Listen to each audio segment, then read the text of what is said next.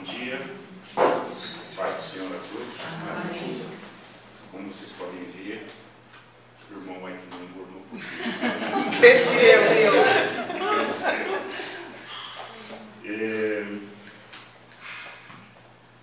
A mensagem que eu vou passar hoje, ou Deus vai passar através de mim, diz respeito a duas coisas: a oração e o perdão.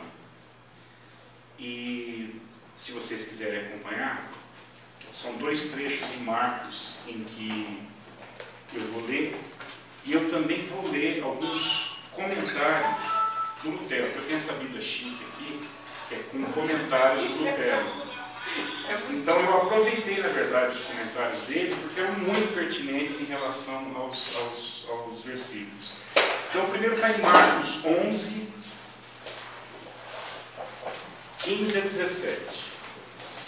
Depois o outro é Marcos 11 também, um pouquinho mais para frente, mas os primeiros versículos são esses.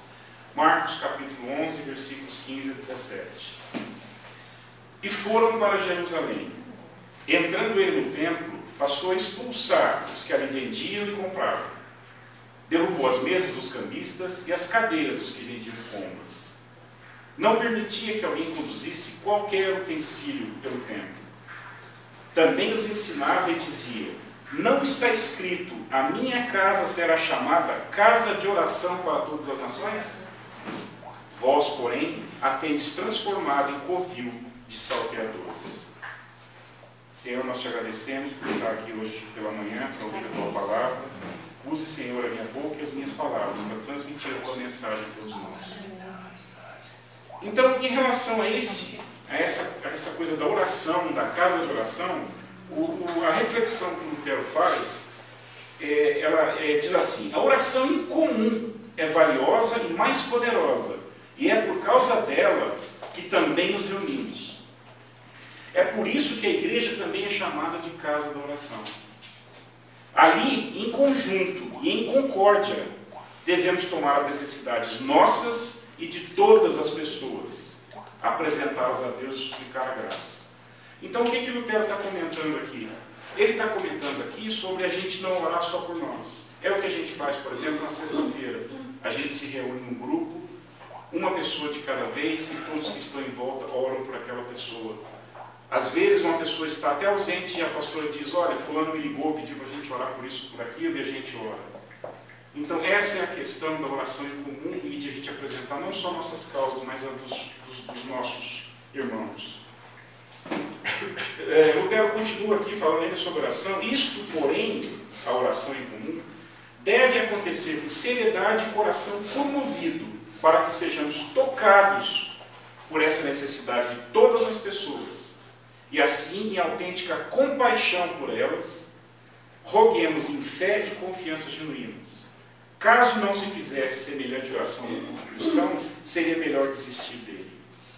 Então, o que ele está dizendo aqui é exatamente que, na hora em que você está fazendo isso, orando pelas outras pessoas, você tem que estar focado nisso. Muitas vezes a gente está orando no grupo e você se pega no meio da oração pensando nos seus próprios pedidos, pensando numa coisa que aconteceu, pensando num problema novo, e aí você tenta voltar ao foco. Porque essa é a ideia. Você tem que estar genuinamente interessado naquilo que você está clamando pelo seu irmão. Ok? E o último comentário sobre o tópico da oração que o Lutero faz é: como poderá a oração ser chamada de útil, boa, agradável e comum, ou de obra do dia de descanso ou da assembleia, se ela é realizada de forma como a praticam os que fazem a sua própria oraçãozinha, em prol disso e prol daquilo, e nada tem senão orações egoístas, que visam o proveito próprio, às quais Deus é hostil. Então o que ele está dizendo aqui? Deus se agrada, de quem Deus se agrada, a pastora sempre fala isso, Deus dá sabedoria, conhecimento e alegria. Mas você não recebe isso se você não agrada a Deus. E orações egoístas, orações que visam somente os seus pedidos, sem pensar em mais ninguém, não agradam a Deus. Então o tópico da oração aqui é isso: que a gente ore pelas nossas necessidades e a de nossos irmãos, que a gente foque quando está pedindo pelos irmãos, e que a gente evite as oraçõezinhas egoístas. O outro pedaço, que é um pouquinho mais à frente em Marcos, mesmo Marcos, capítulo 11, versículos 24 a 26. Fala do perdão. 24 a 26. Por isso vos digo que tudo quanto em oração pedirdes, crede que recebestes, e será assim convosco. E quando estiveres orando, se tendes alguma coisa contra alguém, perdoai, para que vosso Pai Celestial vos perdoe as vossas ofensas. Mas, se não perdoardes, também vosso Pai Celestial não vos perdoará as vossas ofensas. Então, aqui são duas reflexões que que o Lutero comentou e que eu vou passar. A primeira é sobre oferecendo perdão ao próximo. Então ele diz, para nos estimular tanto mais a perdoar aos outros, Cristo também usou de palavras gentis e amáveis, dizendo, se perdoardes as pessoas as suas faltas, ele não diz sua maldade, sua malandragem, arbitrariedade, o seu ultraje. Ele diz faltas. Pois falta significa que aquele pecado que acontece mais por fraqueza ou ignorância do que por maldade. Então, uma coisa que a gente pode pensar aqui, então será que existe dimensões de pecado, pecadões e pecadinhos? A gente sabe que na realidade não é assim. O que um pecado diante de Deus, ele é um pecado, independentemente do tamanho. Se a gente não se arrepende, ele ganha uma dimensão até maior. Então não há essa questão. Embora Jesus fale em faltas e não em coisas mais graves, por que ele faz isso? Lutero continua dizendo, por que Jesus Cristo? Porque minimiza e diminui o pecado do próximo desta forma. Quando muitas vezes sabemos que alguns pecam propositadamente, por puro desaforo e má intenção. Por que ele faz isso? Ele o faz para arrefecer a tua ira, para te abrandar, de modo que perdoes de bom grado, procurando antes tornar o teu coração doce e amável, em vez de fazer o pecado do tamanho que ele tem em si. Ou seja, se a gente vai receber esse pecado do nosso irmão com o coração, com ira no coração, qualquer que seja o pecado vai ter uma dimensão grande.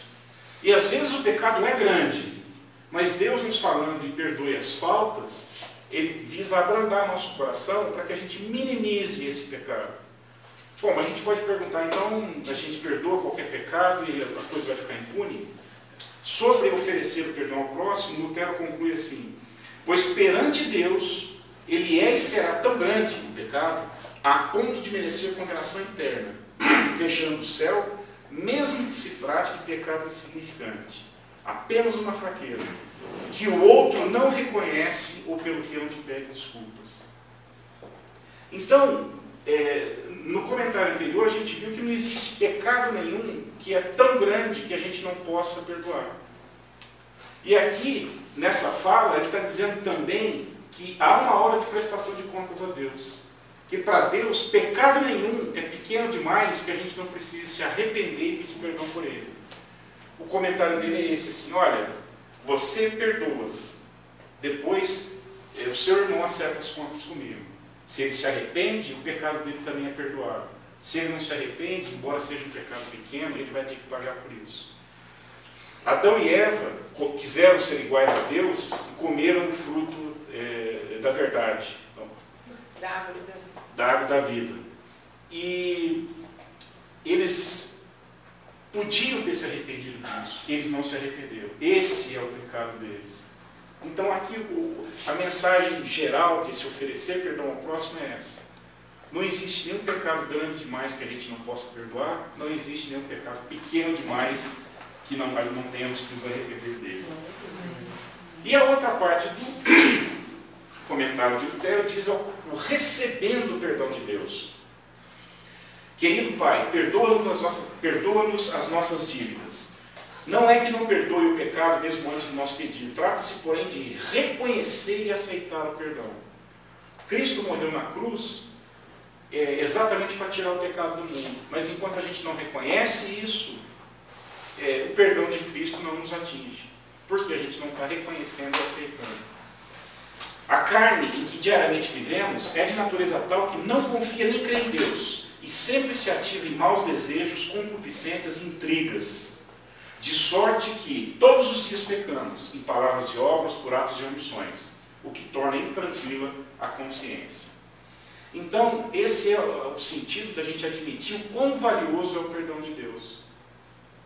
Se a gente, não, isso é pecadinho, né? Não tem problema, então você não se arrepende, você vai acumulando. Né? É que nem assim, você te recebesse, por exemplo, uma multa e você não pagasse. Aí você vai juntando, e um dia você tem um monte de multa para pagar de uma vez. É muito mais pesado. Isso deve servir a que Deus nos quebre o orgulho e mantenha a nossa humildade. Pois reservou para si a prerrogativa de, se alguém quiser orgulhar-se de sua integridade e menosprezar os outros, examine-se a si mesmo e ponha diante dos olhos essa petição. Verá então que a sua integridade é igual aos outros. Esse trecho aqui, ele está dizendo assim, o discernimento final, quem tem sou eu Cristo, eu Deus. Né? Nós temos que reconhecer que Ele perdoa, mas nós temos que reconhecer que a gente tem que fazer a nossa parte. E ele está querendo dizer que, basicamente, sobre você examinar-se a si mesmo, é o atire a primeira pedra que nunca pecou. E ele finaliza, né, essa parte do perdão de Deus, dizendo, diante de Deus, todos temos de baixar o topete e estar contentes porque alcançamos o perdão. Ninguém pense que na presente vida vai chegar ao ponto de não precisar desse perdão. Nós todos vamos. E ele finaliza assim, em suma, se Deus não nos perdoa continuamente, estamos perdidos. Vamos orar. Pai querido, obrigado por mais uma vez estarmos aqui na Tua presença, por estarmos aqui para partilhar nossa comunhão contigo, para partilhar nossa alegria de estar trilhando o Seu caminho. Tu és poderoso, Senhor, e nos permite entrar na Tua casa, ainda que estejamos eivados de pecado. Mas nós sempre nos lembramos, Senhor, e te pedimos da Tua promessa de que, se crermos, Tu salvarás a nós e a nossa casa. Nós te agradecemos a possibilidade de, mais uma vez, nos aproximar de Ti. Usa, Senhor, a pregação da pastora Mara para colocar mais um tijolinho nessa construção, e que nós saiamos daqui em paz e um pouquinho mais próximo de Ti. Amém. Nós te agradecemos em nome de Jesus. Amém. Amém.